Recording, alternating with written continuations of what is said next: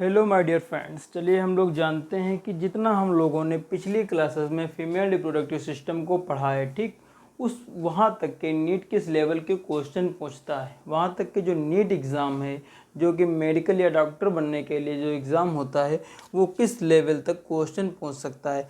मैंने आपको बताया था कि कहीं भी तुम्हें हिस्टायरा या वॉर्म दिखा मिल जाए या यूट्रस दिखा मिल जाए, उसका मतलब होता है यूट्रस। तो हिस्टायरा रिलेटेड टू यूट्रस, यहाँ पे साथ साथ में मेरे चलते रहिएगा। यूट्रस तो इसको निकालना, टॉमी का मतलब होता है रिमूव, को सर्जिकली निकालना। किसको निकालना? सर्जिकली। तो आप सीधा आंसर मार दो यूट्रस। लेकिन अब आपको सोचना हो, आपको कॉन्सेप्ट ना पता हो, तो आप ऐसे कर सकते हो कि जो प्रोस्टेट ग्लैंड है वो तो हमारी मेल में पाई जाती है, तो ये भी नहीं होगी। वास्ट डिफरेंस जो है ये भी मेल में पाई जाती है, तो ये भी नहीं होगी। अब ये बताओ कि तुम किसी की मेमोरी ग्लैंड तब निकालते हो जब कैंसर वगैरह होता है, तो नॉर्मली तो हम लोग यूट्रस को मतलब मेमोरी ग्लैंड को नहीं निकालते हैं, तो मेमोरी ग्लैंड भी कट जाएगा और आंसर हमारा थर्ड चला जाएगा। कितना आसान क्वेश्चन जो कि नीट पूछ रहा है। ठीक, दूसरा क्वेश्चन है the part of Fallopian tube closest to ovary, यानी कि ओवरी के पास में फैलोपियन ट्यूब का ऐसा कौन सा पार्ट है जो उसके पास में होता है। आप ऐसे हमारे साथ में डायग्राम बनाओ, ऐसे लिखो।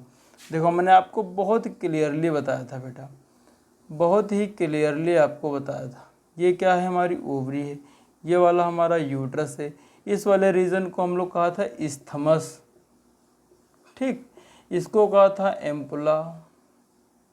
एम्पुला, और इस वाले रीजन को कहा था इनफंडिबुलम, इस वाले रीजन को कहा था इनफंडिबुलम। अब ये पूछ रहा है कि the part of Fallopian tube closest to ovary, यानी कि क्लोजेस्ट का मतलब होता है समीप, किसकी? ओवरी के। तो ऐसे देखो ये वाली हमारी ओवरी हैं, तो इसके समीप कौन है? इनफंडिबुलम। यहाँ पे देखो और यहाँ पे ऐसे आंसर मारो, जो कि नीट 2010 का क्वेश्चन पूछा हुआ है। कितना आसान क्वेश्चन नीट पूछ रहा है, बहुत ही आसान। अगर आपको कॉन्सेप्चुअल क्लैरिटी है, ठीक, तो नीट कुछ नहीं है बेटा। तो देखो यहाँ पे 2010 में पूछा है। दूसरा क्वेश्चन है कि egg is liberated from ovary in, मतलब एग जो है वो ओवरी से कब निकलता है, ठीक, और ये किस स्टेज में निकलता है। तो कब निकलने का मतलब होता है कि ओव्यूलेशन में निकलता है, जब टर्सरी फॉलिकल्स में या ग्रेफिन फॉलिकल में ओव्यूलेशन होता है, जब उसमें थप्पड़ एलएच हार्मोन मारता है तब वो निकलता है। तो यहाँ क्या आंसर मारोगे? Secondary oocyte। नीट 1989 का क्वेश्चन। कितने आसान क्वेश्चन आ रहे हैं। दूसरा क्वेश्चन 20 का क्वेश्चन ये है कि which of the following hormone level will cause release of ovum या ovulation from the graafian follicle, यानी ग्रेफिन फॉलिकल से ओवम कब रिलीज होगा। तो यहाँ पे देखो इन्हें कितना कर्रा कॉन्सेप्ट बनाया है कि जबकि एस्ट्रोजन का लेवल बढ़ा हुआ होगा। एस्ट्रोजन का लेवल कब बढ़ा हुआ होता है? जब ग्रेफिन फॉलिकल की प्राइमरी, सेकेंडरी, टर्सरी फॉलिकल जब बढ़ती है, उनका साइज इंक्रीज होता है, तो उससे एक हार्मोन निकलता है जिसका नाम होता है एस्ट्रोजन। वो एस्ट्रोजन का लेवल बहुत बढ़ा हुआ होगा, तभी तो आता है एलएच, और जब एलएच आएगा तो वो ओव्यूलेशन कराता है। तो ये हमारा फर्स्ट आंसर यहाँ पे सही है। अब बात आती है कि हाई कंसंट्रेशन ऑफ प्रोजेस्टेरॉन, ये प्रोजेस्टेरॉन का हाई कंसंट्रेशन, तो प्रोजेस्टेरॉन का कंसंट्रेशन तब होगा ना, कौन निकलता है प्रोजेस्टेरॉन को? कार्पस ल्यूटेयम। कार्पस ल्यूटेयम कब बनता है? जब ओव्यूलेशन हो जाता है, और यहाँ पे लिखा ओव्यूलेशन के टाइम पे, तो ये भी आंसर हमारा गलत हो जाएगा।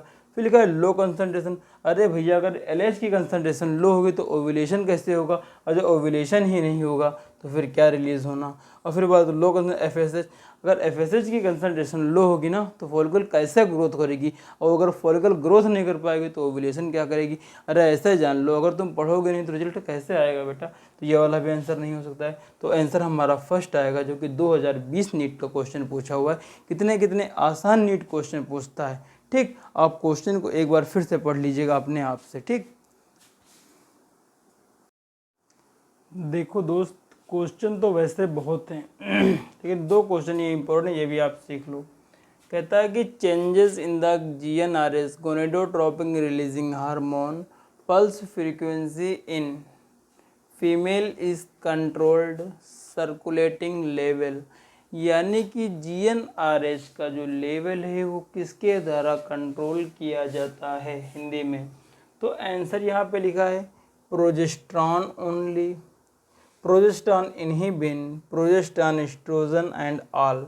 तो यहाँ पे जो इसका सही आंसर होगा वो होगा प्रोजेस्टेरॉन एंड एस्ट्रोजन ओनली, क्योंकि प्रोजेस्टेरॉन जो है और एस्ट्रोजन दोनों कंट्रोल करता है जीएनआरएच के सिक्रीशन को।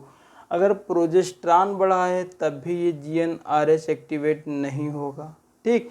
अगर एस्ट्रोजन बढ़ा है, अगर एस्ट्रोजन बढ़ा तब भी नहीं होगा, ठीक। दूसरा क्वेश्चन 2014 का है, the main function of mammalian corpus luteum. Corpus luteum ये कब बनता है, सबसे पहले ये जान लो। जो ग्रेफियन फॉलिकल होती है, जब उसमें ओवुलेशन होता है तो ओवम सेकेंडरी oocyte के रूप में निकलता है, एंड रिमेनिंग जो बचता है उसे कार्पस ल्यूटियम कहते हैं। और कार्पस ल्यूटियम जो होता है वो प्रोजेस्टेरॉन बनाता है, साथ में एस्ट्रोजन बनाता है और साथ में इनहिबिन बनाता है।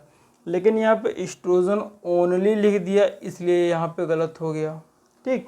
और जो रिलैक्सिन है ये कौन बनाता है, ये भी और ये एचसीजी जो है ह्यूमन कोरियोनिक गोनेडोट्रोपिक हार्मोन, इसी से हम लोग टेस्ट करते हैं कि प्रेगनेंसी है या नहीं। ये प्लेसेंटा रिलीज़ करता है। रिलैक्सिन जो है ओवरी कुछ मात्रा में और कुछ मात्रा में प्लेसेंटा भी रिलीज़ करता है, जो कि डिलीवरी के समय ये रिस्पॉन्सिबल हेल्प करता है, प्यूबिक सिम्फाइसिस को थोड़ा सा बढ़ाता है। प्यूबिक सिम्फाइसिस क्या होता है, पेल्विक गिर्डल, पेल्विक के नीचे। तो यहाँ पे आंसर हमारा होगा प्रोजेस्टेरॉन। तो आपने देखा कि जो नीट का एग्ज़ाम है वो बहुत ही बेसिक क्वेश्चन पूछता है, तो आपको कॉन्सेप्ट आप हमारे साथ में क्लियर करते रहिएगा और इस टाइप के क्वेश्चन करते रहिएगा।